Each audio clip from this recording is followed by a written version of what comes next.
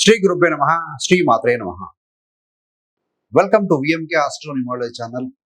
కుజగ్రహం రాశి మార్పుతోటి 28 జూలై 2025 నుండి 13 సెప్టెంబర్ 2025 వరకు అంటే రాబోయే 48 రోజుల పాటుగా ఈ యొక్క కుజ రాశి మార్పు అంటే ఇంతకాలం కూడా కుజుడు కేతువుతో కలిసి అంగారక యోగంలో ఉన్నారు. కుజ శనులు షష్టాష్టకం స్థితిలో ఉండటం వల్ల అపశకునం యోగంలో ఉండి ఉన్నారు.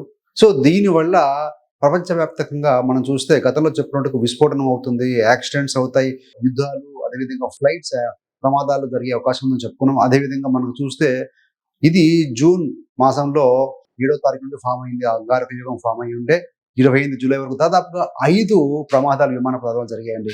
12 జూన్న మనం చాలా నష్టపోయాం, కోల్పోయాం ఎంతో మందిని. ఎయిర్ ఇండియా ఫ్లైట్ మీద క్రాష్ కావడం, 21వ తారీఖున జూన్ 20 శాంటా కటారినాలో సో అక్కడ హాట్ ఎయిర్ బెలూన్ క్రాష్ కావడం వల్ల చాలా మంది మరణానికి దారితీసింది.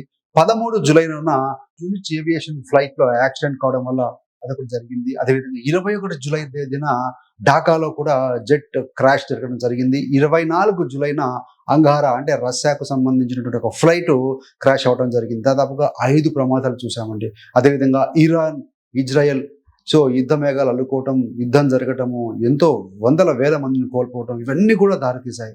జస్ట్ బికాస్ ఆఫ్ కుజ కేతు అంగారక యోగంలో ఉండే. అలాంటి అంగారక యోగం నుండి కుజుడు కేతుతో విడిపోయి బయటపడి కన్యా రాశిలో స్థితి పొందబోతున్నారు. దీని ప్రభావంతో ఏ విధంగా ఉండబోతుంది, ఈ రాబోయే 48 రోజుల పాటుగా ఏ విధంగా ఫలితం ఇస్తుందో చూడబోతున్నామండి. ముఖ్యంగా కాస్త బ్రీఫ్ చూద్దాం. కుజుడు అంటేనే శక్తికి కారకుడు. సహజంగా ఆయన 45 నుంచి 48 రోజుల పాటుగా ఒక రాశిలో ఉంటారు. ప్రమారమి శక్తికి, యుద్ధానికి, కోపానికి శక్తివంతమైన గ్రహం అండి. సైన్యాధ్యక్షుడు అంటూ ఉంటాం కదా. సో కాబట్టి ఏంటంటే అందుకని ఇంత ఘనంగా మన ప్రభావం చూసిన అగ్నితో రాశిలో ఉండి ఉన్నాడు. కాబట్టి ఇప్పుడు ఏంటంటే ఆయన భూతత్వ రాశి అయినటువంటి శత్రుక్షేత్రమైనటువంటి బుధుడింట కన్యా రాశిలో స్థితి పొందబోతున్నారు. బుధుడు, కుజుడు మిత్రులు ఏమి కాదు, శత్రుక్షేత్రమే. కానీ భూతత్వం అంటే అంత స్లోనెస్ ఉంటుంది. కాబట్టి ఏంటంటే గతంలో ఎంత ఆవేశంగా దూకుడుగా ఉండి ఉన్నాడో ఆ కుజుడు ఇప్పుడు ఆలోచించడానికి, నిర్ణయాలు తీసుకోవడానికి, సో డిబేట్స్ పెట్టడానికి కొంత సమయం దొరుకుతుంది. భూతత్వ రాశి కొంచెం స్లో ఫేస్ లో ఉంటుంది. అదేవిధంగా బుధుడు ఏంటంటే ఐటీకి, విద్యకు, సో గేమ్స్ కి, స్పోర్ట్స్ కి, వ్యాపారానికి, ఇలాంటి వాటికి కారకుడు. సో ఆ బుద్ధి సంబంధించిన బుధుడింట కుజుడు ఉన్నాడు కాబట్టి సో గతంలో కంటే కూడా ఆలోచించి నిర్ణయాలు తీసుకోవడానికి చాలా మంచి అవకాశం ఉంటుంది. అంటే ఎక్కువగా ఇప్పుడు కుజుడు కన్యా రాశిలో రావడం వల్ల ఎక్కువగా ప్లానింగ్, ఎగ్జిక్యూషన్ మీద దృష్టి పెడతాడు అని చెప్పవచ్చు. సో అదేవిధంగా యువతను కూడా బాగా వాడుకుంటాడు అని చెప్పవచ్చు. గతంతో పోలిస్తే భావోద్వేగాల మీద కాకుండా యుక్తి పైన నడుస్తాడు ఈ యొక్క కుజుడు అని చెప్పవచ్చు అండి. సో ఈ యొక్క కుజుడు ఈ యొక్క కన్యా రాశిలో ఉండి ఆయనకు దృష్టిలు సహజంగా ఎక్కడున్నా సరే 4, 7, 8 దృష్టిలు ఉంటాయండి. ప్రతి గ్రహానికి 7వ దృష్టి ఉంటుంది. విశేష దృష్టిలు ఏంటంటే కుజుడికి 4 మరియు 8 దృష్టిలు ఉంటాయి. సో తన చతుర్థ దృష్టి చేత ధనస్సు రాశిని వీక్షిస్తూ ఉంటాడు. అదేవిధంగా సప్తమ దృష్టి చేత మీన రాశిని వీక్షిస్తారు. అష్టమ దృష్టి చేత మేష రాశిని కూడా వీక్షిస్తూ ఉంటారు. సో అన్ని కూడా ఏంటంటే తన మిత్రక్షేత్రాలు ఒకటి మేషం స్వస్థానం అవుతుందండి. ఫలితాలు ఏ విధంగా ఉంటాయి అన్నప్పుడు శని, కుజుడు పరస్పర ఎదురెదురుగా ఉన్న సమసప్తకంలో ఉన్నారండి. దీన్ని జ్వాలాముఖి యోగం లేదా అపశక్న యోగం అని కూడా ఉంటారు. టెక్నాలజికల్ పరంగా, ఎడ్యుకేషన్ పరంగా మంచి ప్రాస్పరిటీ డెవలప్మెంట్ ఉన్నా కూడాను కొన్ని ప్రమాదాలు జరిగే అవకాశం ఉంటుంది. ఇక్కడ ముఖ్యంగా ఏంటంటే భూతత్వము, జలతత్వం ఎదురెదురుగా ఉన్న గ్రహాలు చూసుకుంటూ ఉన్నాయి. కాబట్టి దేశాల మధ్య, రాష్ట్రాల మధ్య, ప్రాంతాల మధ్య భూ జల వివాదాలు జరిగే అవకాశం ఉంటుంది. ఆకాశ మార్గాన్ని కూడా కొంచెం పోట్లాడుకునే అవకాశాలు కనపడుతూ ఉన్నాయండి ఈ దేశ గోచార పరంగా. అదేవిధంగా ఈ యొక్క కుజుడు 3 నక్షత్రాల మీద పయనం చేస్తాడు. ఉత్తర, హస్త, చిత్త. ముఖ్యంగా ఏంటంటే ఈయన 13 ఆగస్టు వరకు ఉత్తర నక్షత్రం మీద పయనం చేస్తాడు. 13 ఆగస్టు నుండి ఈ యొక్క 3 సెప్టెంబర్ వరకు కూడా చంద్ర నక్షత్రం అంటే హస్త నక్షత్రం మీద, 3 సెప్టెంబర్ నుంచి 13 సెప్టెంబర్ 10 రోజుల పాటుగా నక్షత్రం చిత్త నక్షత్రం మీద పయనం చేస్తూ ఉంటారండి. అదేవిధంగా సో ఏ రాశిలో ఉంటాడో ఆ రాశాధిపతి బుధుడు వక్రీకరించి ఉంటాడు. కాబట్టి 13 ఆగస్టు వరకు కూడా మీరు మీ యొక్క మాటలు, కమ్యూనికేషన్స్ జాగ్రత్తగా వాడాలండి. దురుసుగా, దూకుడుగా వ్యవహరించడం వల్ల, అలా మాట్లాడటం వల్ల సో కొన్ని పనుల మధ్యలో అర్ధాంతరంగా ఆగిపోయే అవకాశం ఉంటుంది. సో ఇబ్బందులు తలెత్తే అవకాశం ఉంటుంది. కాబట్టి కమ్యూనికేషన్లో కానీ, మీ యొక్క డ్రాఫ్టింగ్ కానీ, సబ్మిషన్ చేసే విషయాల్లో కానీ కొంత సమయం వహించాల్సిన అవసరం అయితే ఎంతైనా ఉంది అని చెప్పవచ్చు అండి. ఈ యొక్క కుజగ్రహం కన్యా రాశిలో స్థితి పొందడం వల్ల అంటే రాశి మార్పుతోటి వృషభ రాశి వారికి ఎలాంటి శుభాశుభ ఫలితాలు ఇవ్వబోతున్నారో చూద్దామండి. వృషభ రాశికి అధిపతి శుక్రుడు. వృషభంలో కృతిక 2, 3, 4 పదాలు, రోహిణి 4 పదాలు, మృగశిర 1, 2 పాదాలు, మొత్తం 9 నక్షత్ర పాదాలు ఉంటాయండి. వీరందరికీ కూడా మనం చెప్పుకునే ఫలితాలు వర్తిస్తాయి. ఇక్కడ కుజుడు ఈ రాశి వారికి 7 మరియు 12వ స్థానాధిపతి అయ్యి 5వ స్థానంలో కన్యలో ఉండబోతున్నారు. అక్కడి నుంచి ఆయన తన 4వ దృష్టి చేత అష్టమ స్థానం అంటే ధనస్సు మీద దృష్టి పెడతారు. సప్తమ దృష్టి చేత మీనరాశి మీద, అంటే సప్తమ దృష్టి చేత 11వ స్థానము, అష్టమ దృష్టి చేత 12వ స్థానం అంటే తన సుషితమైన మేషం మీద దృష్టి పెడతారండి. అంటే ఈ యొక్క 5లో ఉన్నటువంటి యొక్క కుజుడి దృష్టి 8, 11 మరియు 12 స్థానాల ఫలితాలను బాగా ప్రభావితం చేయబోతున్నారు. 7-5 సంబంధం అంటే వారి యొక్క ప్రేమను వివాహ జీవితంగా మలుచుకునే ప్రయత్నం చేస్తారు.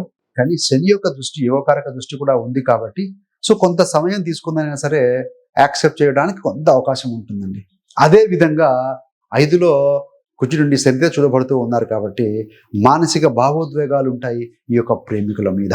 పేరెంట్స్ ఎవరైతే ఉంటారో మీ యొక్క సంతానం గురించి ఆలోచన, మానసికంగా ఉద్వేగంగా అటాచ్మెంట్ కలిగి ఉండటం, వారి చదువు గురించి మీరు ఆందోళన అంటే ఎక్కువగా మీ దాని గురించి ఆలోచన జరుగుతుంది. అదేవిధంగా విద్యలో ఖర్చు కూడా సంతానం యొక్క హైయర్ ఎడ్యుకేషన్ కోసం బాగా ఖర్చు చేయడం ఇలాంటివి చేస్తూ ఉంటారండి.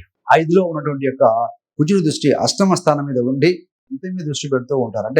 అంటే ఇక్కడ అష్టమ స్థానం మీద శని దృష్టి, ఈ యొక్క గురు దృష్టి, కుజ దృష్టి ఉంది. అష్టమం యాక్టివేట్ అవుతుంది కాబట్టి ఏంటంటే మీరు ఈ యొక్క ప్రయాణాల్లో కూడా కొంత జాగ్రత్త వహించాలి. అదేవిధంగా ఏదైనా డిస్ప్యూట్స్ లాంటివి ఉంటే అలాంటి వాటి జోలికి వెళ్ళడం ఈ సమయంలో మంచిది కాదు. కానీ ఈ సమయంలో ఏంటంటే కుజుడు 5వ స్థానంలో ఉండి లాభాన్ని అష్టమాన్ని చూస్తూ ఉన్నారు కాబట్టి 5, 8, 11 సంబంధం వచ్చింది కాబట్టి స్టాక్ మార్కెట్ ఇట్లాంటి వాటిలో కొంత బెనిఫిషియల్ గా ఉండే అవకాశాలు కొంత కనపడుతూ ఉందండి. మరి అష్టమం అంటే మీకు ఏదైనా ఎప్పటి నుంచో డెత్ బెనిఫిట్స్ కావచ్చు, ఇన్సూరెన్స్ బెనిఫిట్స్ కావచ్చు ఆగిపోయి ఉంటే అవి వచ్చే అవకాశం కూడా కనపడుతూ ఉంది.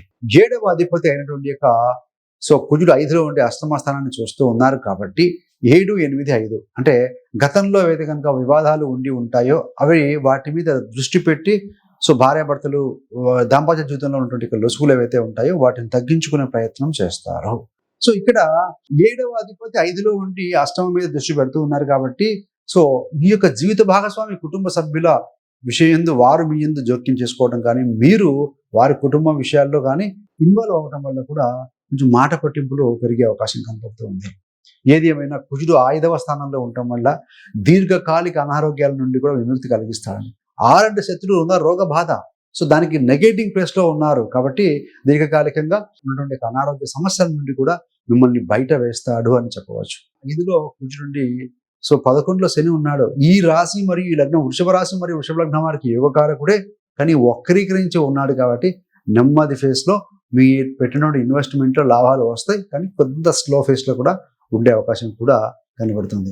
ఎవరైనా గతంలో కనుక విడిపోదాం అనుకున్నటువంటి ప్రేమికులు ఎవరైతే ఉంటారో అలాంటి వారిని కొంత ఈ సమయంలో దూరం అయ్యే ఛాన్సెస్ కూడా ఉన్నాయండి. ప్రేమను వివాహానికి తీసుకెళ్లే ప్రయత్నాలు కొంతమంది చేస్తే 12వ స్థానంలో దృష్టి ఉంది కాబట్టి శనితో వక్రీకరణ శనితో చూస్తూ ఉన్నాడు కాబట్టి it may leads to both. ఏదైనా కావచ్చు, మీ యొక్క వ్యక్తిగత జాతకాన్ని బట్టి కూడా ఆ యొక్క పరిస్థితులు అనేటివి మారుతూ ఉంటాయి. అదేవిధంగా ఎవరైతే ప్రెగ్నెన్సీతో ఉంటారో అలాంటి వారు కొంత జాగ్రత్తగా ఉండాలండి. మిస్క్యారేజెస్ కి కూడా అవకాశం కనబడుతూ ఉంది. 5లో కుజుడు ఉన్నాడు, మళ్ళీ శనితో చూడబడుతూ ఉన్నారు కాబట్టి వృధా ప్రయాణాలు లాంటివి చేయకండి. కొంత అంటే మీకు గర్భ రక్షాంబికా స్తోత్రం పఠనం చేయడం లాంటివి చేస్తున్నాం, ప్లెజెంట్ గా ఉండే ప్రయత్నం చేయండి. విష్ణు సహస్రనామావళి పఠనం చేస్తూ ఉంటే కూడా ప్లెజెంట్ గా స్టేబుల్ గా ఉంటారు. అందుకనే వృధా ప్రయాణాలు, వృధా తిరుగులు చేయడం అనేది కరెక్ట్ కాదు. మరి రెమెడీస్ ఏంటయ్యారంటే 7, 12వ అధిపతి 5లో ఉన్నాడు కాబట్టి ముఖ్యంగా సుబ్రహ్మణ్య స్వామి ఆరాధన, శనితో చూడబడుతూ ఉన్నారు కాబట్టి ఏంటంటే విష్ణుమూర్తి ఆరాధన చేసుకోవడం అనేది మంచి ఫలితం ఇస్తుంది. ఏది ఏమైనా కూడా ఇక్కడ ధన కుటుంబ స్థానంలో దోడు ఉండటం అనేది కొంచెం పాజిటివ్గా మనం పరిగణించాలి. మీకు కనుక ఇంకా వృషభ రాశి గురించి కావాలి అనుకున్నప్పుడు, తెలుసుకోవాలనుకుంటే పుట్టుక నుండి మరణం వరకు వృషభ రాశి వారి జీవిత రహస్యాలు, అసలు ఈ రాశిలో వీరి జన్మం ఎందుకు జరిగింది ఒక అద్భుతమైన వీడియో కూడా రిలీజ్ చేయడం జరిగిందండి. మంచి విషయాలు అందులో ఉన్నాయి, పొందుపరచడం జరిగింది. ఆ వీడియో రిలీజ్ చేశాము. ఆ వీడియో యొక్క లింక్ని కూడా మీకు డిస్క్రిప్షన్లో ఇవ్వడం జరుగుతుంది. గో త్రూ దిట్ అండి. Thanks for watching. ఇలాంటి మరిన్ని మంచి మంచి వీడియోల కోసం VMK astro numerology channel subscribe చేసుకోగలరు. పక్కన ఉన్న బెల్ సింబల్ మీద క్లిక్ చేస్తే మేము చేసే ప్రతి వీడియో నోటిఫికేషన్ ద్వారా మీ దాకా ఉంటుంది. సర్వేజన సుఖినో భవంతు. స్వస్తి.